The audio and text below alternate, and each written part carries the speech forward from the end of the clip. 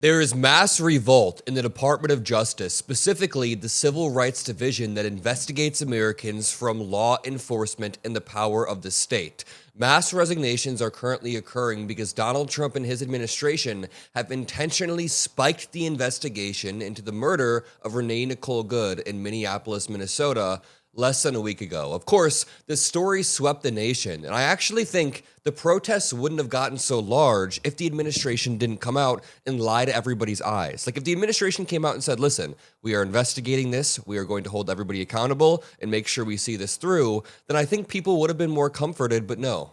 Of course not. That is a different reality. That is an old reality, maybe under Obama, maybe under Biden. But under Trump, it turns into this escalatory clown show where they spike an investigation while Donald Trump is currently melting the F out on Truth Social, genuinely saying that the great people of Minnesota will face a day of reckoning and retribution. I mean, we'll get there. But first, I just want to break down what's happening with the mass leadership resignations because this is massive. This is unprecedented. This is not normal whatsoever. This is not routine. This is a sign of institutions in revolt against a leader who wants to grab power. This is best described as a coordinated institutional revolt coming from experienced civil rights division leaders who now want to protect the safety of the American people. They've been working at the civil rights division for decades. They know when something's very, very wrong, and they are saying right now something is very, very wrong. It's important to note there have been two investigations spiked down, two separate investigations. So we've reported heavily on the FBI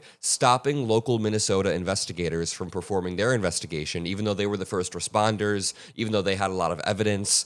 But there's also now this. 4 top leaders at the Justice Department's Civil Rights Division resigning in coordination after the department refused to investigate the fatal shooting of Renee Nicole Good. These are not junior staffers. These are people whose job, again, for decades, has been to investigate police killings and determine whether the deadly force was proportionate and lawful. After decades of doing crucial work to make sure the power of the state is not being abused and weaponized against American citizens, after decades of protecting American citizens, the top leaders are walking away out of protest because they no longer can investigate when the power of the state is likely being abused. That's why we have this article that reads, top DOJ officials quit after their division refused to probe Minnesota ICE shooting. It's interesting because over and over and over, federal agents are now hurting the job and the efficacy of local law enforcement. Really quickly, the New York Times just interviewed Brian O'Hara. This is the police chief of Minneapolis. This isn't some woke liberal paid agitator. They can't even slander him with anything. This is the police chief of Minneapolis. He's been discussing how ICE isn't fighting crime, but is in fact causing more problems in the community. So just to back up, ICE is going into communities, committing more crimes, causing more chaos, then investigations into these crimes are being spiked by leaders at the very top of the DOJ and also at the very top of the FBI. This is exactly why the Civil Rights Division exists, because now the president is weaponizing the state against the American people. He's weaponizing it against the press, against college universities, but there's one variable they did not consider, and that was us. If you want to keep up to date with the breaking news and help us push back against these MAGA lies, all you have to do is drop a like below, hit subscribe. It's entirely free, and it helps boost the message. Thank you all. So Brian O'Hara, the police chief of Minneapolis, says, quote, "So we've just gotten a pretty dramatic increase in 911 calls from people in the community related to a lot of the street enforcement that's happening." So already from that quote, you can tell if there's a massive surge in 911 calls, it's likely straining operators, straining their resources, and hurting the community when other crimes happen. So this says, and I mean, it's everything from people being arrested. Their cars are being left in the roadway, sometimes blocking the street. And at least one case left when it wasn't even placed in park and just rolled down the road. New York Times says, wait. So ICE officials are taking someone out of their car, arresting them, and their car is not even in park. O'Hara says, we had that happen. We had another time when there was a dog in the car, and they just left the dog in the car. New York Times says, wow. O'Hara says, I mean, even this morning, we've gotten calls for individuals who were pepper sprayed by ICE. There's just a variety of calls for service that we then have to manage, and it's a triage that were not happening before. This is quite literally making Americans less safe. You are recruiting ideological far-right extremists to come into ICE with low training, low standards, and masks to embolden themselves, and then you're surprised, not Brian O'Hara, I'm talking to MAGA now. MAGA is surprised when the community is less safe and more rattled. Here is AOC pointing out the difference between her and JD Vance very succinctly. What are your thoughts about what JD Vance was saying last week about how Renee Good was a victim of her own ideology? JD Vance believes fundamentally that what happened to Renee Good is acceptable and what should be okay in America every day. And so as far as what a person like that believes, you have to start right there with the person that you're dealing with. Very well said. As you can imagine, I'm a huge fan of AOC's just direct, concise communication style. So many Democrats are either not concise enough, or they ramble on, or they just miss the point, or they try to poke holes in the wrong area, but she just gets right to it, slices through the bullshit. That's what I try to do as well. So I love hearing AOC rip the MAGA BS. And now we move on to Donald Trump. The president of the United States came out, and guess what? Did he de-escalate the situation like a steady-handed leader who has a nice, solid moral compass? Of course not. You guys are probably all laughing, rolling your eyes that I even said that. Donald Trump comes out like a frothing at the mouth, rabid dog who has rabies and says that Minnesota is going to get a day of reckoning and retribution. He spreads QAnon conspiracy theories in his posts. This should not be normalized. There's something very eerie about the fact that it's almost normal in the country now. I mean, it's not normal, but it's becoming normalized for the president of the United States to be just ripping QAnon conspiracies on his posts all the time.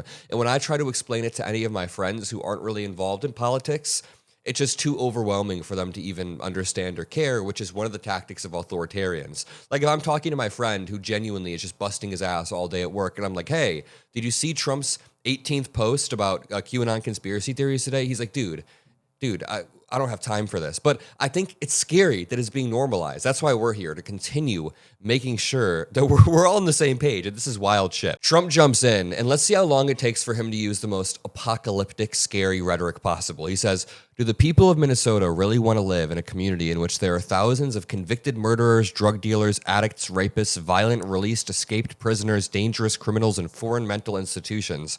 There we go. He's already fear-mongering, using apocalyptic rhetoric. Minneapolis, I mean, I'm sure every big city, every big hub has some problems with crime that need to be taken care of, but Minneapolis is a largely very nice city. The idea that it's overrun with escaped prisoners, dude, you're the president. Can you ever just de-escalate? He then says, all the patriots from ICE want to do is remove them from your neighborhood. That's not all they want to do. Listen, if all ICE wanted to do was remove criminals who are here illegally and have hurt mothers and done crazy shit, then sure, you can target those people surgically, but they are targeting grandmas. They are targeting U.S. citizens. They are targeting old men who are trying to get to work on public transportation, and that is not what America is about. That is not what I am for.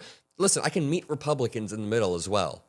If they want to take criminal thugs off of the street, that's fine, but I just ask that that includes criminal thugs with a badge and a gun. Of course, not every officer, not every ICE officer, most of them and almost all of them, but I'm just saying, if something happens like Renee Nicole Good's murder, Jonathan Ross needs to be held accountable the same way you hold the average abuela, the average grandma accountable, right? How come there is such a differentiation in standards here? Then this gets even crazier. He says, every place we go, crime comes down. In Chicago, despite a weak and incompetent governor, a big improvement was made. Chicago crime rates have been dropping for 4 to 5 years, but crime is still a problem. Trump surging ICE and National Guard so they could sleep in sleeping bags for 3 weeks and use our taxpayer dollars did not help the situation. Then at the bottom is highlighted, Minnesota Democrats love the unrest that anarchists and professional agitators are causing because it gets the spotlight off the $19 billion that was stolen. Fear not, great people of Minnesota, the day of reckoning and retribution is coming. What insane, unhinged rhetoric. Why is the president always speaking like this? And as he's saying this, he is still terrorizing Minnesota. So around 1,000 more immigration officers are headed to Minneapolis, sources say, as tensions flare. Donald Trump has surged more and more troops into Minneapolis. There are even reports that they now outnumber local law enforcement, which further erodes the local community's trust in law enforcement, which isn't perfect. Law enforcement is also riddled with problems, of course, But the police chief was saying they've done so much work to rebuild trust in a post-George Floyd murder era, because that happened in Minneapolis too. And as they're working to rebuild this trust year by year, ICE comes in and just nukes it by wearing police badges and confusing everyone. Bernie Sanders says ICE, Trump's domestic army, is now attempting to occupy Minneapolis. Let's be clear. This is a Trump authoritarian power grab, an open attempt to suppress dissent and heighten conflict after ICE shot and killed the mother of 3 in broad daylight. Very well and succinctly said from Bernie Sanders. And now I'm going to mute these videos because they're very loud and people are screaming, but I'm going to play multiple videos of people being terrorized by ICE agents. I see on the right, I can't tell if they have a mask and a beanie on. I can't tell if this is like an older grandma or maybe like a younger college student, but it looks like somebody with a smaller frame. Very clearly somebody with a tinier frame who's a little bit shorter, surrounded by like 30 ICE agents, right? And the ICE agent, it's kind of blurry, decides to pull out their pistol and put it in the face of this woman. Have you ever heard of the use of force continuum where you have to try to de-escalate or match their escalation? You don't just unilaterally escalate. These are undertrained, reckless agents, and every American should be able to recognize that. Another video of someone, an American citizen, getting ripped out of their car, pinned to the ground in the ice by multiple agents. Again, I'm going to mute it because there's a lot of both. It's like a combination of whistleblowing plus horn honking plus stuff being screamed. So it's just not, going to come out of your speaker very well, but he's being pinned to the ground here. We have more. Minneapolis is under regime occupation. 3,000 regime forces are terrorizing the city, raiding homes now, breaking down doors.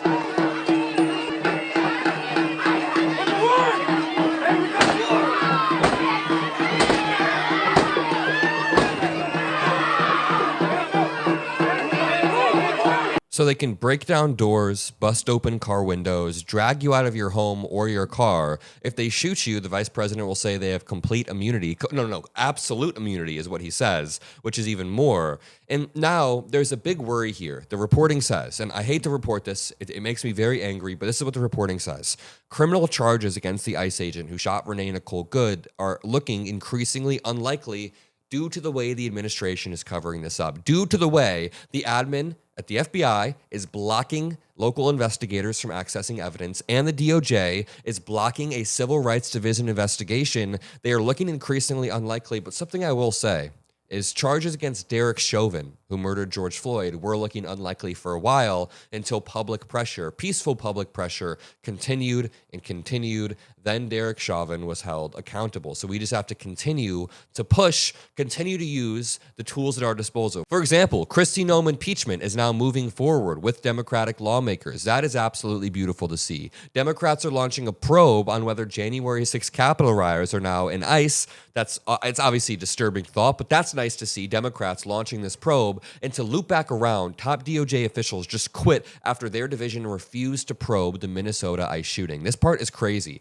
At least 4 leaders of a Justice Department unit that investigates police killings have resigned in protest over the administration's handling of a fatal shooting of a motorist in Minneapolis by an immigration and customs enforcement officer, according to 3 people briefed on these departures. Top leaders of the criminal section of the Civil Rights Division have left their jobs to register their frustration with the department after the Assistant Attorney General for Civil Rights, Harmeet Dillon, decided not to investigate the ICE officer's fatal shooting. The criminal section of the division would normally investigate any fatal shooting to see if there was any abuse or improper use of force by law enforcement. The departures, including that of the chief of the section, as well as the principal deputy chief, and acting deputy chief, represent the most significant mass resignation at the Justice Department since February. At that time, 5 leaders and supervisors of the department's public integrity section, which investigates public officials for corruption, resigned rather than comply with an appointee of President Trump's orders to dismiss the bribery case